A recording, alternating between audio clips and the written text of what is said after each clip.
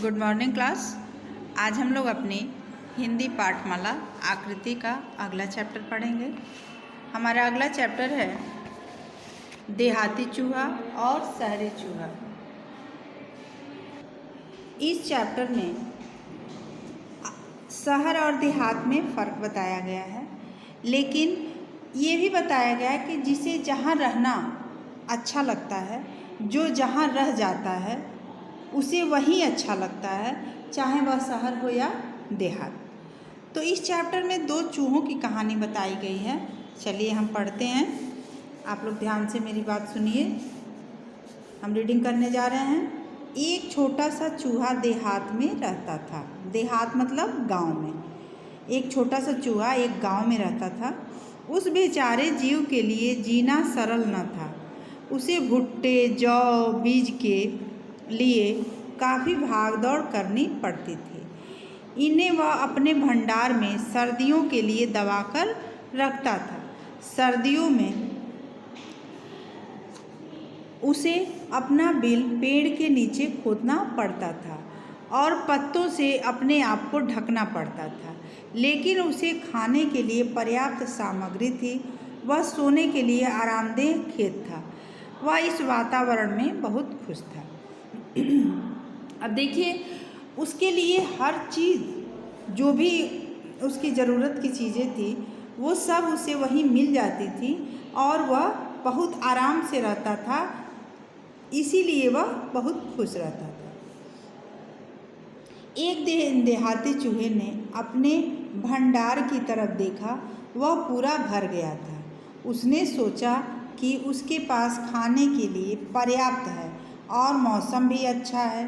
क्यों न अपने चचेरे भाई शहरी चूहे को बुलाकर कुछ समय के लिए अपने साथ रखा जाए। वह देहात में अपनी छुट्टियां अच्छी तरह बिता सके।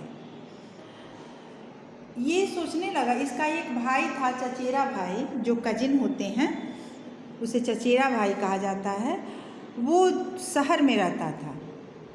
तो इसने सोचा कि मेरे पास पर्याप्त मात्रा में राशन है, हर चीज़ है, तो हम क्यों ना अपने चचेरे भाई को बुला के उसके साथ कुछ दिन समय बिताएं।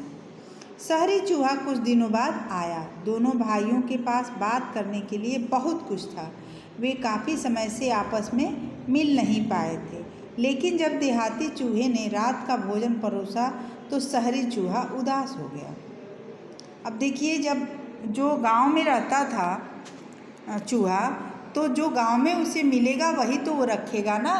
तो वो अपने लिए जो इकट्ठा करके रखा था वही उसके सामने रख दिया, जिससे क्या हुआ, शहरी चूहा उदास हो गया। क्या तुम्हारे पास खाने के लिए सिर्फ दाने, जौ और सूखे फल ही हैं? मेरा ऐसी दावत खाने का बिल्कुल विचार नहीं था। उसने बताया कि ये सब सूखी रूखी चीज़ें हमको खाने का आदत नहीं है और हम ऐसा नहीं खाएंगे। देहाती चूहा कुछ न बोला। रात को वे पेड़ के नीचे नम घास पर सोए। दूसरे दिन सुबह शहरी चूहा कांपता हुआ उठा और बोला, यह तुम्हारा आराम करने का ढंग है? मैं जमने की हद तक ठंडा हो गया हूँ। रात में ठीक से आँख तक नहीं झपकी।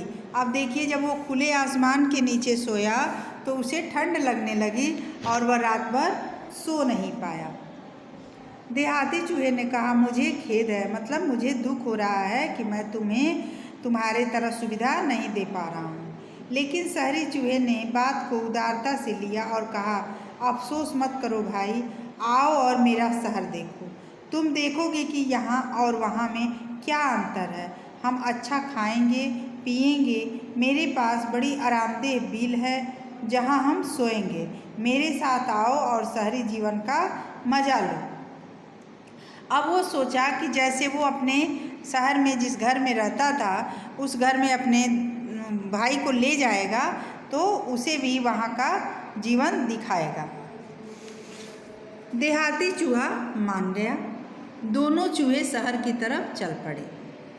उन्हें घर पहुँचने में काफ़ी देर हो गई थी।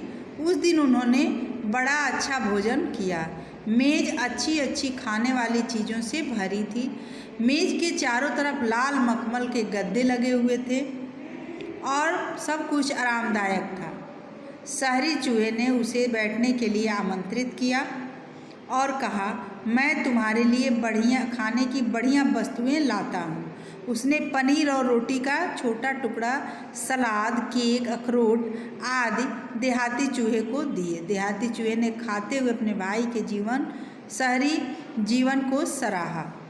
अभी दोनों चूहों ने कुछ ही टुकड़े खाए थे कि दरवाज़ा खुला और घर का मालिक अंदर घुस आया। दोनों चूहे नीचे कूद गए और डरकर मेज के नीचे छिप गए। देहाती चूहा कांप रहा था। उसने किसी को कहते सुना, इस मेज पर कौन था?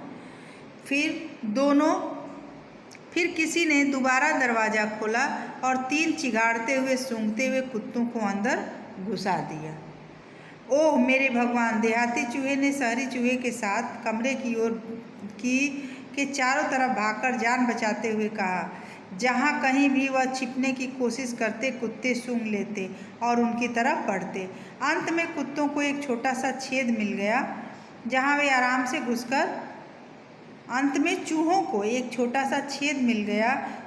आराम से घुसकर बचाव कर सकते थे। वे बैठे बैठे घबरा रहे थे, क्योंकि जब भी उन्होंने भागने के लिए सिर बाहर निकाला, कोई न कोई कुत्ता फिर भौंक जाता।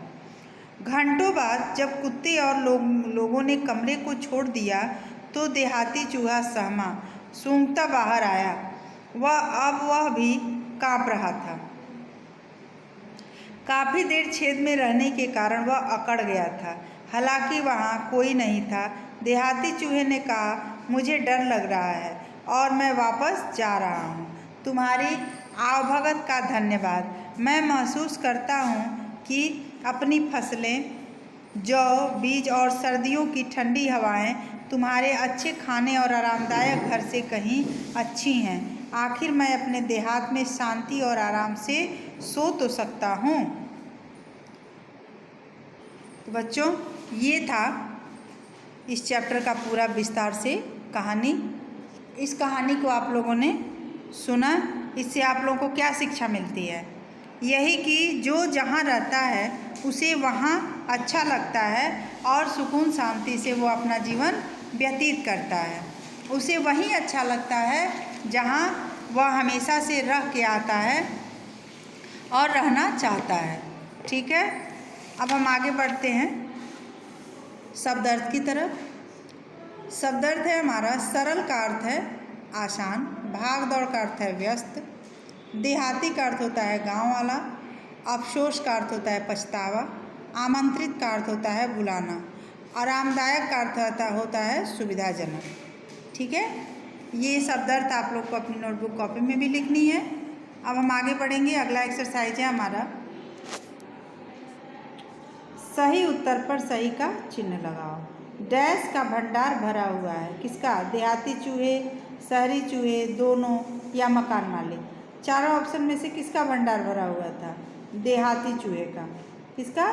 देहाती चूहे का। तो इस पर आप लोग सही का टिक लगाइए और इसे देहाती चूहा यहाँ लिखना भी है आप लोगों को बुक में। शहरी चूहा देहाती चूहे का डैश था, क्या था? चचेरा भाई, मित्र, शत्रु या पड़ोसी। तो शहरी चूहा देहाती चूहे का क्या था? चचेरा भाई था। चचेरा भाई आप लोग को यहाँ लिखना भी है। 3 चिघाड़ते और सूंघते हुए डैश अंदर घुसे, क्या? शेर, कुत्ते, बंदर या भालू। तो 3 चिघाड़ते और सूंघते हुए कौन अंदर घुसे? कुत्ते। कुत्ते पे सही का टिक लगाइए और कुत्ते यहाँ लिखना भी है। देहाती चूहा खुश था, कहाँ? देहात में, शहर में, जंगल में या सभी जगह। तो देहाती चूहा कहाँ खुश था? देहात में खुश था। वो अपने गांव में ही बहुत खुश था। आगे बढ़ते हैं। अगला एक्सरसाइज है हमारा, रिक्त स्थानों की पूर्ति करो। शहरी चूहा कुछ दिनों बाद आया, यहाँ लिखेंगे शहरी। वे काफ़ी समय से आपस में नहीं मिल पाए थे, यहाँ आप लोग भी लिखिए समय। रात को वे पेड़ के नीचे नम घास पर सोए। नम यहाँ लिखेंगे नम। नम मने नरम या भीगा हुआ। मेज अच्छी अच्छी खाने वाली चीज़ों से भरी थी, यहाँ क्या लिखेंगे? मेज। देहाती चूहा कांप रहा था, यहाँ लिखेंगे देहाती। देखिए हमने लिखा है, आप लोग भी अपनी बुक में भर लीजिए। अब अगला एक्सरसाइज है हमारा, किसने किससे कहा। मेरा ऐसी दावत खाने का बिल्कुल विचार नहीं था। किसने कहा था? शहरी चूहे ने देहाती चूहे से कहा था। मुझे खेद है। किसने कहा? देहाती चूहे ने शहरी चूहे से कहा। इस मेज पर कौन था? घर के मालिक अपने घर वालों से। इस मेज पर कौन था? किसने पूछा था? घर के मालिक ने घर के लोगों से पूछा था। ठीक है। अब वाक्य को सही क्रम में लगाओ। देहाती चूहे को शहरी जीवन अच्छा नहीं लगा। देहाती चूहे ने शहरी चूहे को बुलाया। पहली लाइन है, देहाती चूहे ने शहरी चूहे को बुलाया। दूसरा है, शहरी चूहा देहाती चूहे को शहर ले गया। देहाती चूहा देहात में चला गया, ये तो लास्ट है। तीसरा है, शहरी चूहे ने देहाती जीवन अच्छा नहीं लगा। शहरी चूहे को देहाती जीवन अच्छा नहीं लगा, तीसरी लाइन है। चौथा है, देहाती चूहा देहात में चला गया और देहाती चूहे को शहरी जीवन अच्छा नहीं लगा। इसे आप लोग क्रम में करके लिख लीजिएगा। ठीक है। सही या गलत लिखो। देहाती चूहा देहात में खुश था, सही है। शहरी चूहा देहात में खुश था, गलत है। शहरी चूहा शहर में खुश था, सही है। देहाती चूहा देहात में खुश था, सही है। दोनों के जीवन में कोई अंतर नहीं था, गलत है। दोनों के जीवन में बहुत अंतर था। ठीक है। अब अगला है आप लोगों का प्रश्न उत्तर। इस प्रश्न का उत्तर आप लोगों को PDF के माध्यम से जाएगा। फिर आप लोग ये अपना होमवर्क ले लीजिए। होमवर्क है, विलोम शब्द लिखो।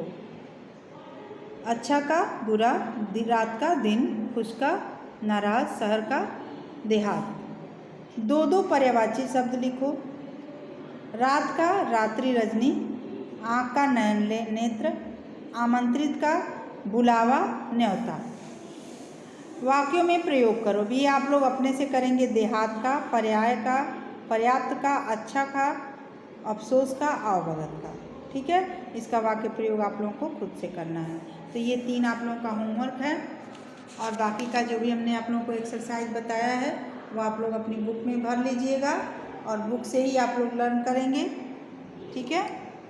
अब हम मिलेंगे आपसे अगले वीडियो में अगले नए चैप्टर के साथ। तब तक आप लोग अच्छे से अपना तैयारी कीजिए और क्वेश्चन आंसर PDF से जो जाएगा उसे लिख लीजिएगा और क्वेश्चन आंसर बुक से ही याद कीजिएगा। फिर हम मिलते हैं नए चैप्टर के साथ अगले वीडियो में। तब तक थैंक यू।